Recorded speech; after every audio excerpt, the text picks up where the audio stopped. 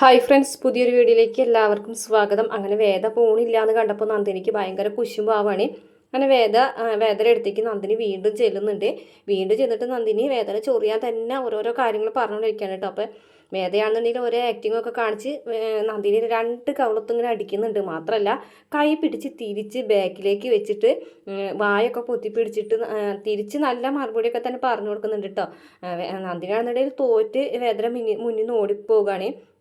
പിന്നീട് ശ്രീജയും വേദയും കൂടിയിട്ട് വേദയെല്ലാം നന്ദിനിയും കൂടെ സംസാരിച്ചുകൊണ്ടിരിക്കുന്ന സമയത്താണ് അച്ചമ്മ വരുന്നത്. സുധാകര എന്ന് വിളിച്ചിട്ട് വരുമ്പോഴത്തേനും നന്ദിനി ആകെ പേടിക്കണം. ദൈവമേ, അച്ചമ്മ വന്നല്ലോ, ഇനിയിപ്പോൾ എന്ത് ചെയ്യും എന്നൊക്കെ ഇങ്ങനെ പറയുകയാണേ. ആ സമയത്ത് വേദയാണെന്നുണ്ടെങ്കിൽ നല്ല സന്തോഷത്തോടു കൂടി വരികയാണ് കേട്ടോ മുത്തശ്ശിനെ അച്ചമ്മനെ കാണുമ്പോഴേക്കും.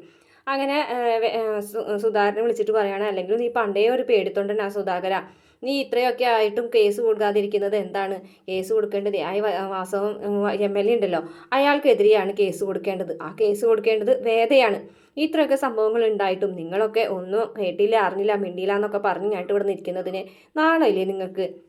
അതിനുശേഷം അച്ചമ്മ പറയാണ്, ഇപ്പോൾ ഇവിടുന്ന് ജപ്തി ചെയ്തു പോയിട്ടുണ്ടെങ്കിൽ ഈ വീട് അങ്ങോട്ട് കൊടുക്കണം. അയാൾ ജപ്തി ചെയ്തു കൊണ്ടുപോയിക്കോട്ടെ, ഇതേ തറവാടിൻ്റെ താക്കോലാണിത് എന്ന് പറഞ്ഞിട്ട് താക്കോൽ അങ്ങ് മേശപ്പുറത്തേക്ക് വെക്കുകയാണ്. ഇനി എല്ലാവരും തറവാട്ടിൽ താമസിച്ചാൽ മതി എന്ന് പറയാണ്. അപ്പോൾ സുധാകരനോ കമലയ്ക്കോ ആർക്കും അത് ഇഷ്ടപ്പെടില്ല കേട്ടോ. നന്ദിനിക്കാണെന്നുണ്ടെങ്കിൽ ഭയങ്കര സന്തോഷമാവാണ്. കാരണം സുധാകരൻ മാഷ് എന്തായാലും തറവാട്ടിലേക്ക് പോകില്ല എന്നുള്ള കാര്യം വേദയ്ക്ക് അറിയാം കേട്ടോ. ഇത്രയാണ് പ്രമോല് കാണിക്കുന്നത്. വീഡിയോ നിങ്ങൾക്ക് ഇഷ്ടപ്പെടുകയാണെങ്കിൽ മറക്കാതെ നമ്മുടെ ചാനൽ ഒന്ന് സബ്സ്ക്രൈബ് ചെയ്ത് സപ്പോർട്ട് ചെയ്യണം കേട്ടോ.